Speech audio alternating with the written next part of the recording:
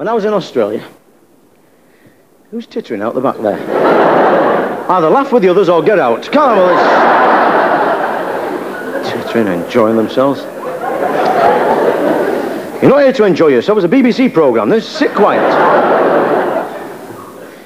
Now, when I was in Australia, I want to tell you some things now, because if you feel like going to Australia for the weekend, you know, you want to go for the weekend, you can go for the weekend. You can. There's buses go from Matlock Bath. They do. Well, it's about the only thing that goes from Matlock Bath. Man, yeah, I used to know a girl from Matlock Bath that used to go. Yeah. Silly fool stuff. But no, if you do decide to go, I mean, I want to just explain some things. I used to do a whole routine once, I think it was on the telly one time, about American English, about how different it was, American English. Now, words like faggot had a different meaning in England to what they did in America, and you know, to lose your cherry meant something entirely different in America, you know. Well, in Australia, they do have a lot of different words as well, so I better explain them in case you do decide to go, because you can be, you know, very confused. I mean, we got off the plane, Dave, the roadie, and me, was at the back doing all the sound mixing. Dave and I got off the plane, and we were met by this representative of the Australian Arts Council. You could tell he was from the Arts Council because he was falling over all the time, wobbling about. And he sort of came up, John Renfrew, wonderful bloke, amazing character. I could tell you hours and hours of gags about him. Big beard on him, falling all over the place, big shirt, like big can of Foster's Lager, like you can. I said, hello, mates. Bloody dink and blue. She'll be bloody right apples, she bloody will, mate. Bloody apples, she will. Bloody right, mate. She'll be bloody right, bloody dink and bloody singing, mate. Bloody get down and have a few beers for you. It can't go wrong, mate. Hey, bloody well, what? I said, well, I take milk and no sugar, actually. I said, I don't understand him. He said, it took me a month to understand what they were saying. She said, it's worse than being in Birmingham. You know. How can 3 million people have a speech impediment, eh?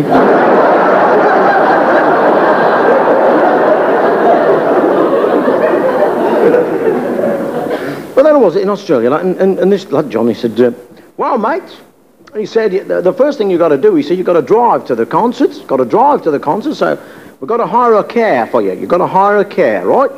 Now, when you hire a car in Australia, you've got to make sure the car has got rhubars on it. I said, he's got what? He said, you've got to make sure the car's got rhubars on it. Now, I found out later that rhubars are big, huge iron bars that they have on the front of the cars. So when they're going down these roads in the outback, you know, they can knock the kangaroos off the road. Truthful, I kid you not, because apparently these kangaroos have a drink problem, you know. And they get slopped up and wobble onto the road singing, tie me man down, sport, tie me man down. And they got these bars on to knock them out of the way, but I didn't think he said rhubars, I thought he said rhubarb. So I said, what are you going to have that on the front of your car for? He said, if you ain't got it on the front of the car, they fine you $100 a day. I said, for not having rhubarb on the front of my car? He said, yeah, that's right, Blue, bloody apples it is, bloody apples, my bloody oath, mate. So I thought I'd better have some of that. And I went to the greengrocers, about £40 worth of rhubarb. I did. I tied this rhubarb all over the front. Me and Dave, we were up all morning lashing it on. Luckily, there were some iron bars on the front of the car, so I got something to tie it on, you know. I said, there must be rhubarb bars these days. They're very handy, aren't they? So I tied the rhubarb on the rhubarb bars, and we're driving off through Darwin, and as we're driving along, people are taking their hats off, saying, take your hat off, it's an Italian funeral.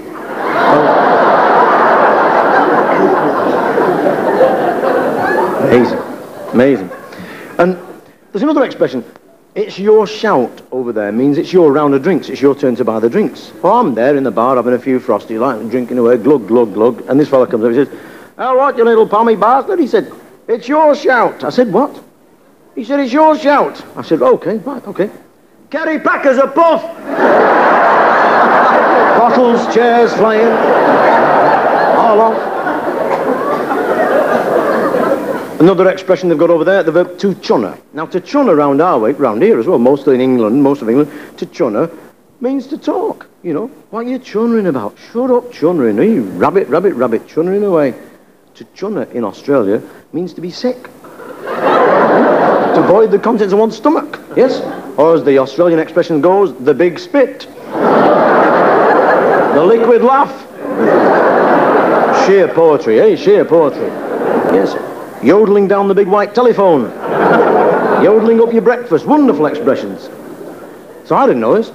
At this party with this bloke, he's giving me GBH of the year all about cricket and how bad we are at cricket. I know we're bad, you know, but he's giving me plenty tennis in the ear. I can't get away from him.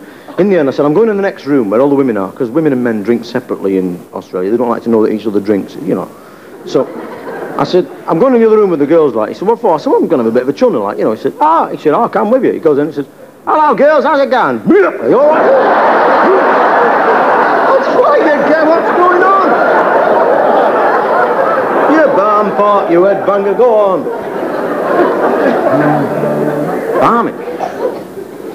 Another expression they've got over there, well, an expression we use over here, but it's got a totally different meaning.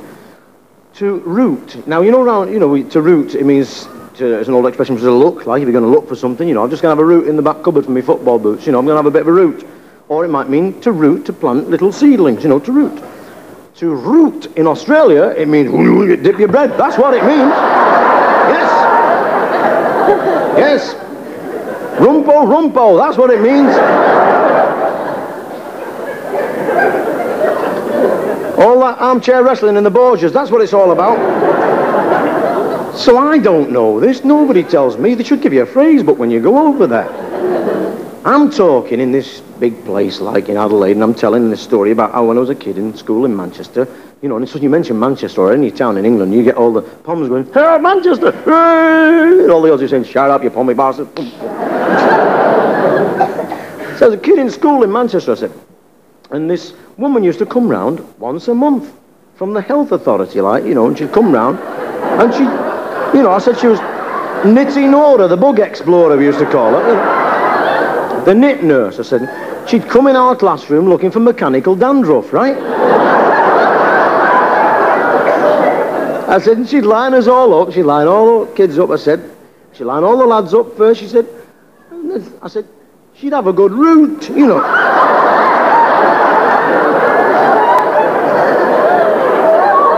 said, yeah, get all the lads lined up, have a good root, you know. I'm getting laughs where I've never had them before. They're rolling on the floor. They did a technicolor yawn all over. Everything's going off. They're balmy. They're going, they're beating the floor, kicking the legs in the air. I said, all right, she'd root in our school, then she'd go and have a root down the next school. I said, spend all day going around town rooting, yes. Well, I came off at the end of the night. I felt about 8 foot tall. I thought, magic, love, Australia, going to come and live here. I think it's brilliant. This fellow said, did you know what you said then? On nationwide television, did you know what you said then?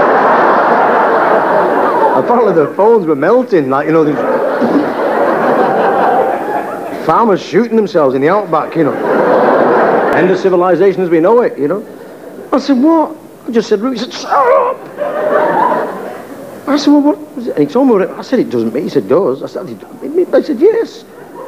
I said, you mean this? He said, yes. I said, bugger. Root me, I said.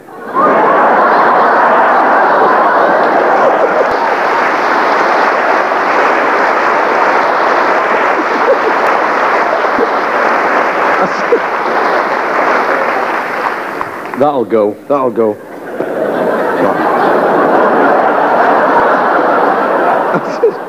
Bet you a fiver. I said, you really mean it means that? I said, yeah, he said. I said, well, that must mean there's certain expressions you can't use in Australia, like rooted to the spot.